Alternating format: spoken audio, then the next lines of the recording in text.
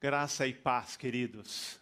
Que bom estarmos juntos nesta noite. Nós estamos numa série chamada Ladrões da Alegria. É uma série baseada, uma série temática, na carta de Paulo aos Filipenses, uma das cartas conhecidas como cartas da prisão, que ele escreve enquanto está preso.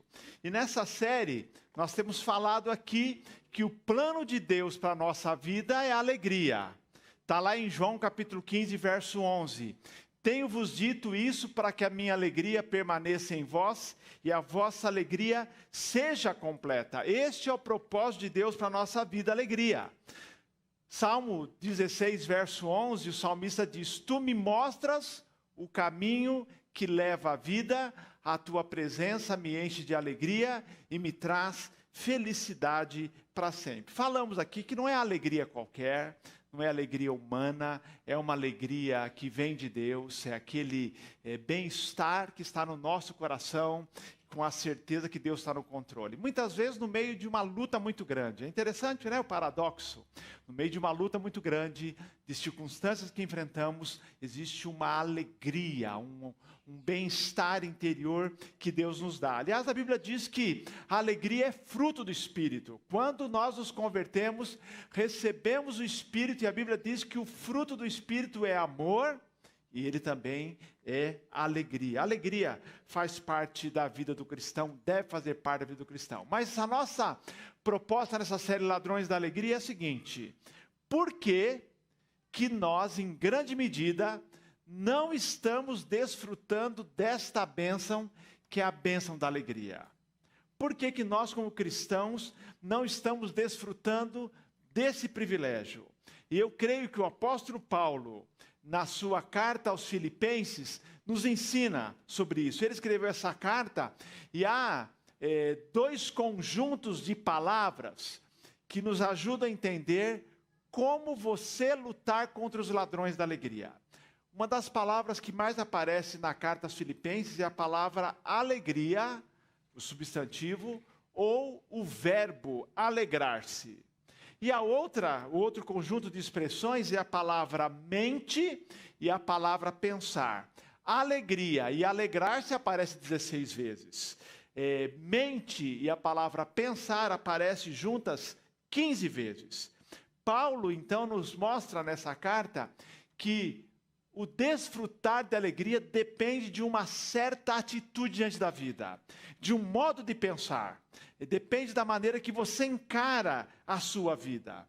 Por isso, Paulo, ele escreve dando um mandamento: alegrai-vos sempre no Senhor, e digo outra vez, alegrai-vos. Ele faz isso no último capítulo, depois de ter falado bastante no capítulo 1, capítulo 2, capítulo 3, como que ele aprendeu o segredo de ter alegria no seu coração.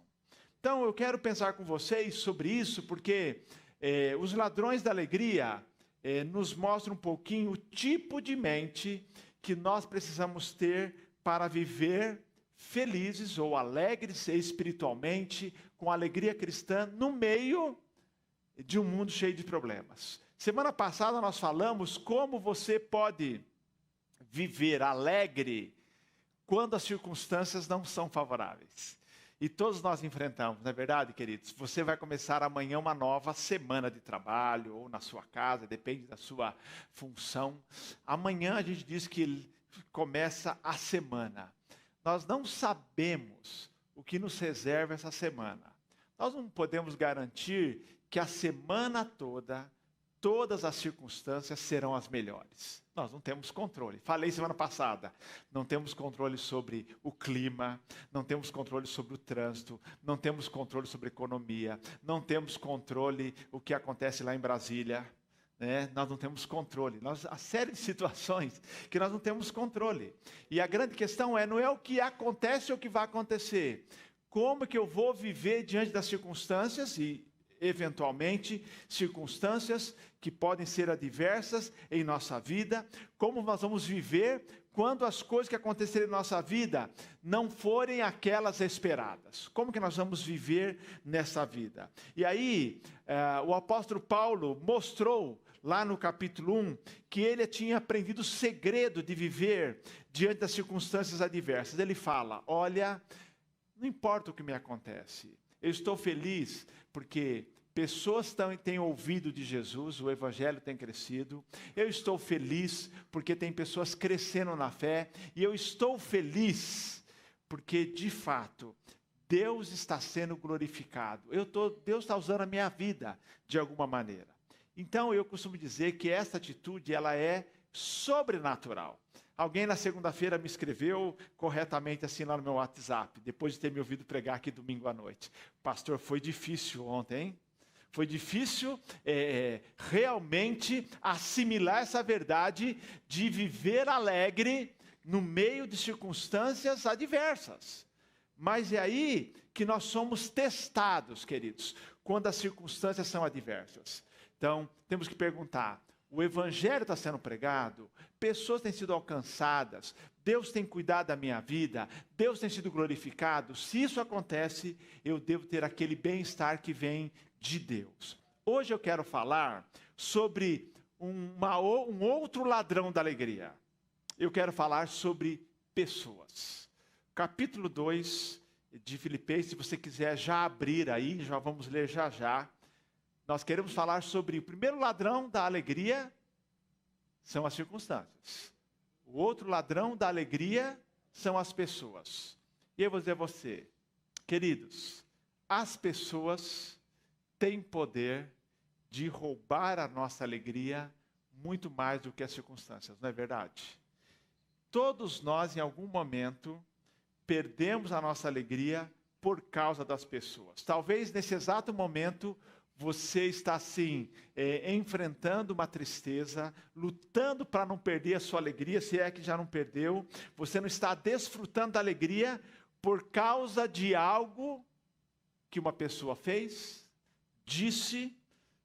Por quê? Pessoas nos ignoram, pessoas nos julgam, pessoas nos traem, pessoas nos usam, pessoas às vezes não nos compreendem, pessoas são ingratas. Então todos nós lidamos com esse ladrão que são as pessoas. As pessoas têm poder de roubar a nossa alegria. Mas vamos aqui ser bem honestos.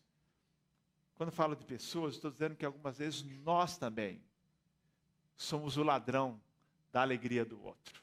Não é verdade? Muitas vezes somos nós que roubamos a alegria do outro, porque nós também não somos gratos como deveríamos, não reagimos como deveríamos reagir, não temos a atitude correta, nossas ações não são boas ações. Então, temos que lembrar, quando falamos desse ladrão da alegria que são as pessoas, que na verdade, uma via de mão dupla.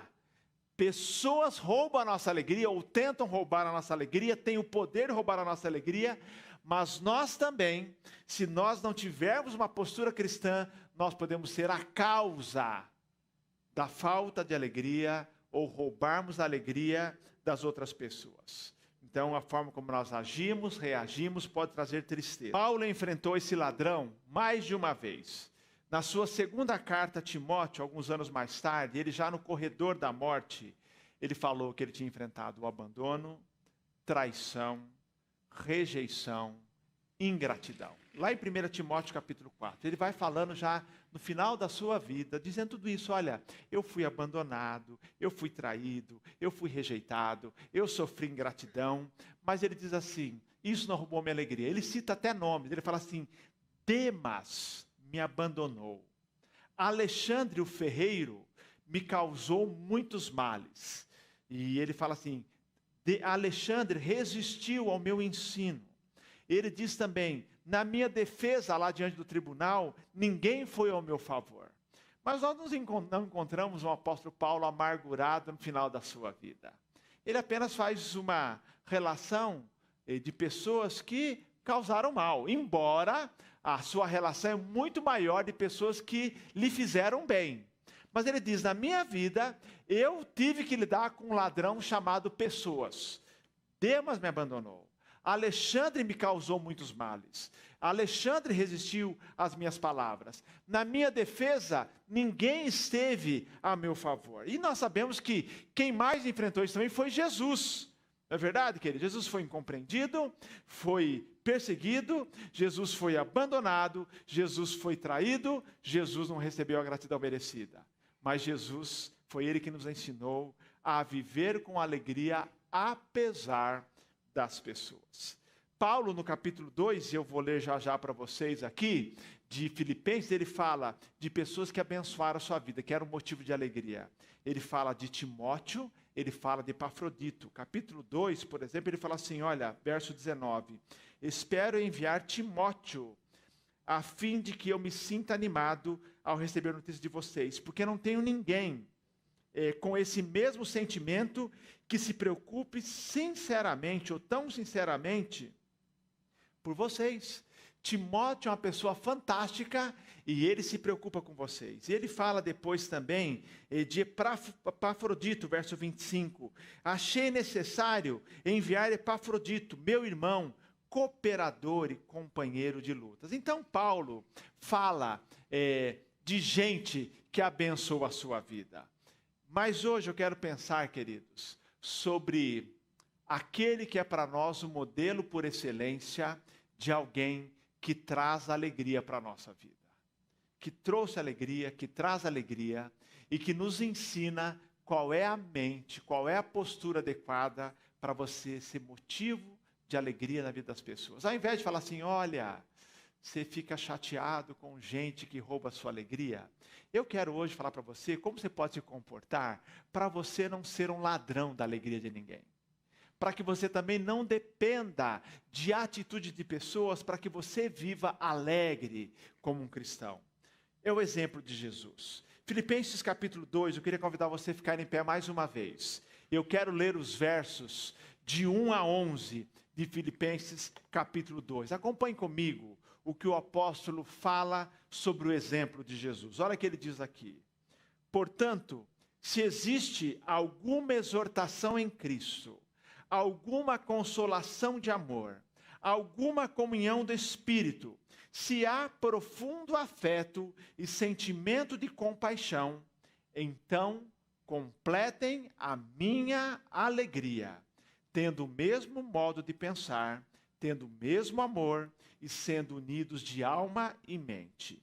Não façam nada por interesse pessoal ou vaidade, mas por humildade, cada um considerando os outros superiores a si mesmo, não tendo em vista somente os seus próprios interesses, mas também os dos outros. Verso 5. Tenho entre vocês o mesmo modo de pensar de Cristo Jesus, que mesmo existindo na forma de Deus, não considerou o ser igual a Deus algo que deveria ser retido a qualquer custo. Pelo contrário, ele se esvaziou, assumindo a forma de servo, tornando-se semelhante aos seres humanos, e reconhecido em figura humana, ele se humilhou, tornando-se obediente até a morte e morte de cruz. Por isso, também Deus o exaltou sobremaneira e lhe deu um nome que está acima de todo nome, para que ao nome de Jesus se dobre todo o joelho nos céus, na terra, debaixo da terra, e toda língua confesse que Jesus Cristo é o Senhor, para a glória de Deus Pai. Amém. Vamos orar. Deus de amor, quando nós nos voltamos à Tua palavra agora, eu quero pedir que esse exemplo de Jesus seja a nossa maneira de agir, de pensar e de reagir, para que nós possamos ser o motivo de alegria para as pessoas e para que também quaisquer atitudes de pessoas não tenham o poder de roubar a alegria, que é o propósito de Deus para a minha vida e para a vida dos meus irmãos. Fale conosco agora, é a minha oração, em nome de Jesus. Amém, Senhor. Amém. Pode sentar, queridos. Como você não ser um ladrão da alegria dos outros? E como você não depender de atitudes das pessoas para você viver alegre? Jesus é exemplo para nós por excelência. Jesus é alguém que não condicionou a sua alegria à atitude de ninguém. E Jesus, ele só foi motivo aqui na terra de alegria. Aliás, ele foi, em primeiro lugar, alegria para Deus. Ele trouxe alegria para Deus. E ele trouxe alegria para esse mundo. Como é que eu devo agir? Como que Jesus agiu? Qual era a atitude de Jesus? Qual era a postura de Jesus que fez com que ele se tornasse um propagador de alegria? Alguém que até hoje nos traz a verdadeira alegria. O texto diz que Jesus nos ensina, sendo um modelo de humildade. Você precisa, se quer ser motivo de alegria para qualquer pessoa, a começar pela sua família, depois para a sociedade, para os seus irmãos em Cristo, onde você vive, onde você está, que você seja movido pela humildade. O texto diz: não façam nada por interesse pessoal ou vaidade, mas por humildade, cada um considerando os outros superiores a si mesmos. Sabe uma das principais causas da nossa infelicidade? É o nosso desejo egoísta de sempre queremos ser o primeiro. Não é assim? Você quer ser o primeiro o tempo todo, a gente busca ser o primeiro, fica numa luta, e isso nos traz infelicidade. Isso traz infelicidade para as pessoas também. É o nosso ego com o qual nós lutamos todos os dias, querendo aceitação, querendo reconhecimento, querendo ser valorizado, e isso é tudo legítimo. O problema é quando nós fazemos isso a razão da nossa vida. Nós queremos ser valorizados, queremos ser reconhecidos, queremos ter sucesso, queremos que as pessoas nos reconheçam, nos observem e nos dê o valor que nós achamos que merecemos. Isso rouba a nossa alegria. Porque quando nós estamos focados em nosso ego, nós nos tornamos arrogantes. Jesus era quem era, o Todo-Poderoso, merecedor de toda atenção, merecedor de toda a glória. Mas ele, a Bíblia diz que ele se tornou humilde. Ele fala que ele desceu aqui à terra. Muitas vezes nós lidamos com as pessoas, e elas sob a nossa alegria, pessoas que se consideram melhores em tudo. Já conversou com alguém assim?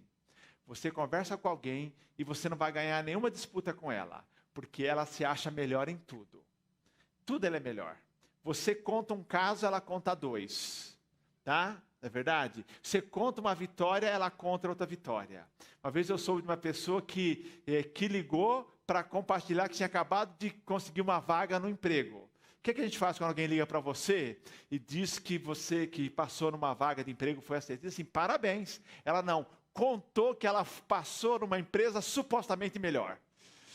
Ou seja, já causou tristeza para essa pessoa, porque já quer comparar. Eu já vi, aqui é o cúmulo, pessoas, quando você começa a compartilhar a sua vida, e conta, por exemplo, que passou por uma cirurgia, ele conta que ele passou por mais cirurgia do que você. Então, nessa disputa eu estou fora. Ele quer disputar com você, tem número de cirurgia, que ele já passou. Não, gente. E ele se considera melhor em tudo. Gente, os filhos dele são perfeitos. Filhos dele são perfeitos. Não fala do seu, porque o dele é muito melhor. Entendeu? Sempre tem razão. Sempre tem razão.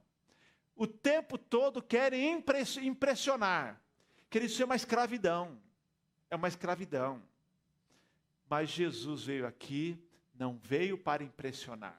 E ele fala, olha, não façam nada por interesse pessoal, por vaidade, mas por humildade, considere o outro superior a si mesmo.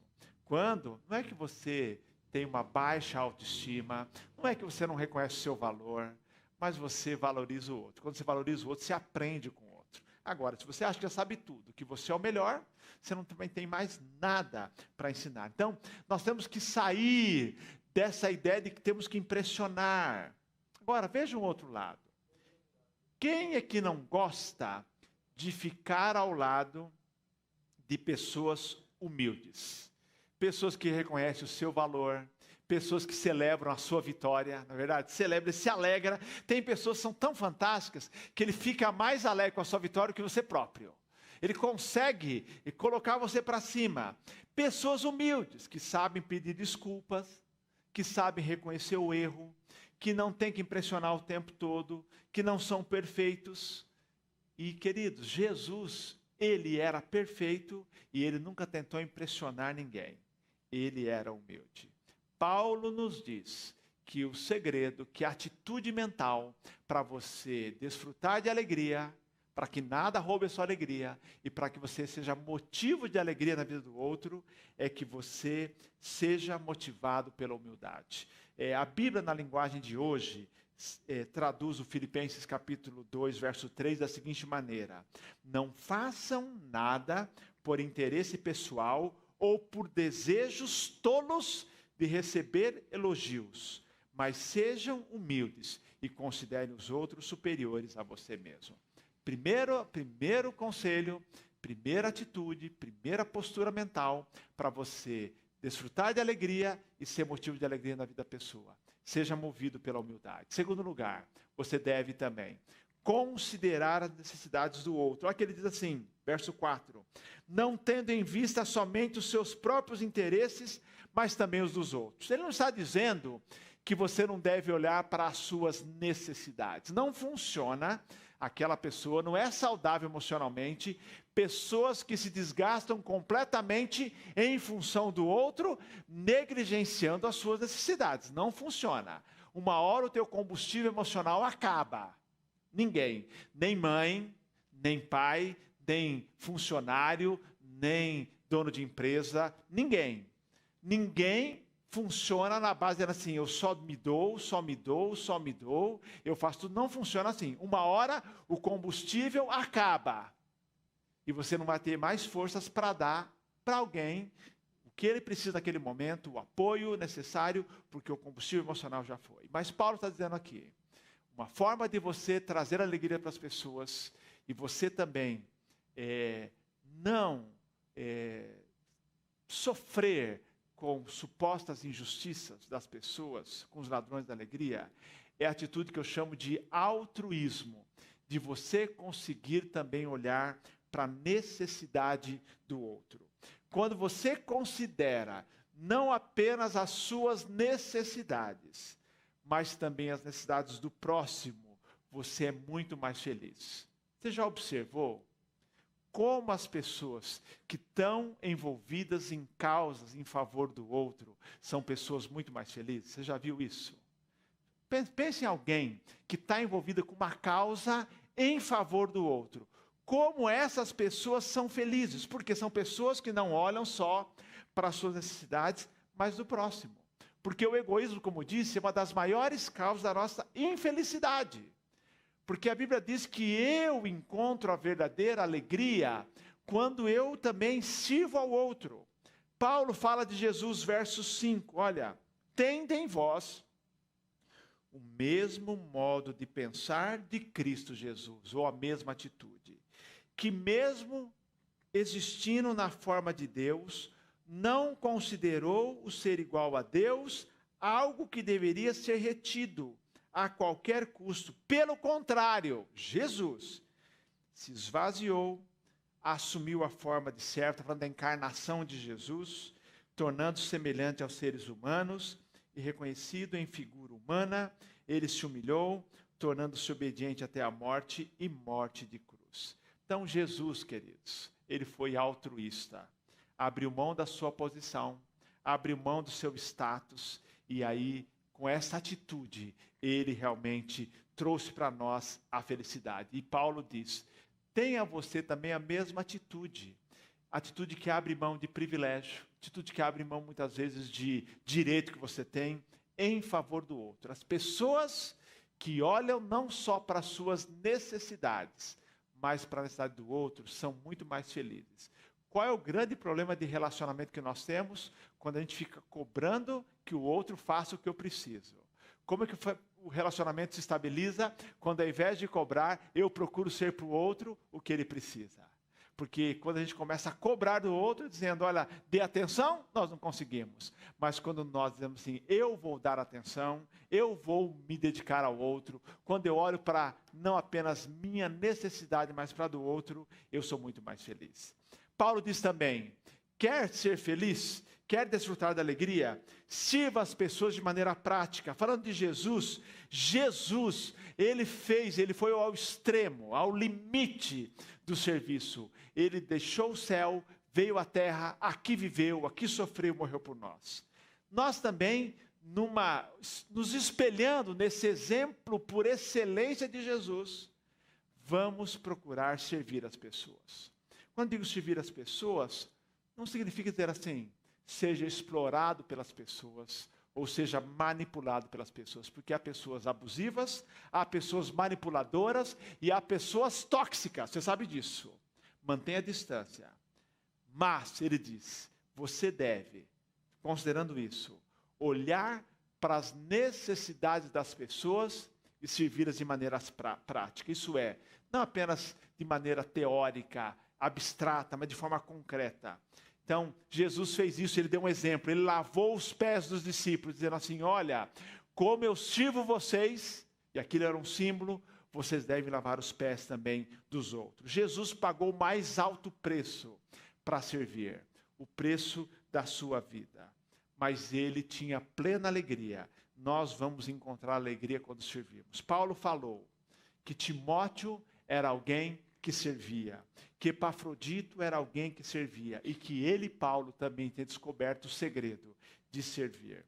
Um dos paradoxos da vida cristã é o seguinte: quanto mais nós servimos, mais nós recebemos. Não há alegria maior do que a alegria de servir. É interessante, quando nós servimos, nós recebemos de volta a alegria. O retorno para o serviço é a alegria que vem do Senhor. Mas o apóstolo Paulo termina dizendo, quer ser motivo de alegria para os outros, e não quer permitir que as pessoas roubem a sua alegria, aprenda uma lição. Viva para a glória de Deus. Viva para a glória de Deus. Queridos, muitas vezes nós somos infelizes porque nós queremos a glória pessoal, nós fazemos com interesse, mas Paulo diz o seguinte aqui, ele fala, verso 7 em diante, Jesus se esvaziou, serviu, aí sim o verso 9, Deus o exaltou sobremaneira e lhe deu o nome que está acima de todo nome. Na verdade, Jesus não recebeu glória aqui na terra, ele recebeu a glória do Pai. Ele próprio fala, Jesus diz, já em João 17, eu te glorifiquei, ó Deus, aqui na terra, realizando a obra que o Senhor me mandou fazer. Tudo que Jesus fazia visava a glória de Deus. Nós também seremos felizes quando nós servirmos as pessoas, fizermos algo para as pessoas, dizendo, olha, eu não faço porque eu quero aparecer, eu não faço porque eu quero receber reconhecimento, eu não faço porque eu quero ser valorizado, eu faço porque eu sei que é o certo a fazer, porque é a vontade de Deus e porque isso traz glória a Deus. Quer viver alegre? Faça tudo para a glória de Deus. Paulo diz, quer comais, quer bebais, quer façais qualquer outra coisa, fazei tudo para a glória de Deus. Gente, não é que a gente não gosta de reconhecimento, nós gostamos de reconhecimento, merecemos reconhecimento, nós buscamos sucesso, nós merecemos ser valorizados, mas eu quero dizer a você que você tem um valor, um propósito maior, a glória de Deus, e mesmo que você não seja reconhecido, mesmo que não haja gratidão, mesmo que não haja reconhecimento, você está feliz, porque fez o que tinha que ser feito e fez com objetivo, para a glória de Deus. Paulo diz aos Colossenses, a postura nossa no trabalho, que devemos servir no nosso trabalho, servir o nosso patrão, servindo na repartição, servindo onde você está, fazendo de todo o coração, como ao Senhor e não aos homens. Isso muda a atitude. Às vezes você faz até para alguém que você não gosta, alguém que não reconhece, mas você fala assim, não, pera um pouquinho, qual que é o certo a fazer? O que é que eu preciso fazer? E eu faço de todo o coração, porque estou fazendo para a glória de Deus. É algo sobrenatural, que nós só colocamos em prática pela fé. A alegria vem pelo fato de que nós focamos na glória de Deus. Queridos, nós temos os ladrões da alegria. As circunstâncias, temos as pessoas. E nós, às vezes, somos os ladrões da alegria. Mas a pergunta é, se nós tivermos essas atitudes que Paulo nos ensina, o que será do nosso relacionamento em família, na igreja, com os amigos, no trabalho, na sociedade? Se nós formos altruístas, se nós formos humildes, se nós tivermos uma postura de servos e se nós focarmos na glória de Deus. Você pode imaginar o impacto positivo que nós teremos se a nossa vida for marcada por humildade e não arrogância, por altruísmo e não egoísmo, por servir e não desejar ser servido, por buscar a glória de Deus e não a minha glória. Se nós fizermos isso, quanta alegria nós traremos para a vida das pessoas. E mais ainda, quanta alegria nós vamos desfrutar, porque estamos agindo como Cristo Jesus. Nesse texto, Paulo fala dessas atitudes que são capazes de impedir que pessoas, pelo seu modo de agir, roubem a nossa alegria. Mas o mais importante ainda, são atitudes que fazem com que nós não sejamos os ladrões da alegria, mas que nós sejamos os promotores da alegria. Que as pessoas encontrem alegria ao viverem conosco, porque nós vamos ser como Jesus, logicamente numa dimensão muito inferior, porque ele fez de maneira plena e perfeita. Nós seremos humildes, nós seremos altruístas, humildes e não orgulhosos, altruístas e não egoístas, prontos a servir e não a ser servidos, buscando a glória de Deus e não a nossa glória. A alegria será o resultado para a vida das pessoas, para a minha vida também, quando nós vivemos assim. Amém? Eu queria orar por você. Uma das áreas, um dos locais onde Deus quer que nós desfrutemos dessa alegria é na igreja. E a Bíblia diz que Jesus, quando morreu, pagou um alto preço para que a gente viva como família. E eu queria que nós orássemos agora. E nós vamos pedir ao Senhor nessa oração, para que nós sejamos promotores de alegria. Peça ao Senhor, Senhor, me ajude de segunda a segunda, ser uma pessoa que traz alegria para a vida das pessoas, lá em casa, na vizinhança, na faculdade, no trabalho, nos meus relacionamentos sociais e também na igreja. Que eu seja essa pessoa que traz alegria, alegria que é um fruto do teu espírito, e ao viver com essas atitudes, que a alegria seja parte da sua vida. Peça ao Senhor agora isso. Nós podemos ser na igreja motivo de alegria para o nosso irmão em Cristo. Quando nós preocupamos com o seu interesse, quando nós somos humildes nos nossos relacionamentos, quando nós os servimos de maneira prática e quando nós fazemos qualquer coisa para ele e para ela, visando a glória de Deus. Vamos pedir ao Senhor isso.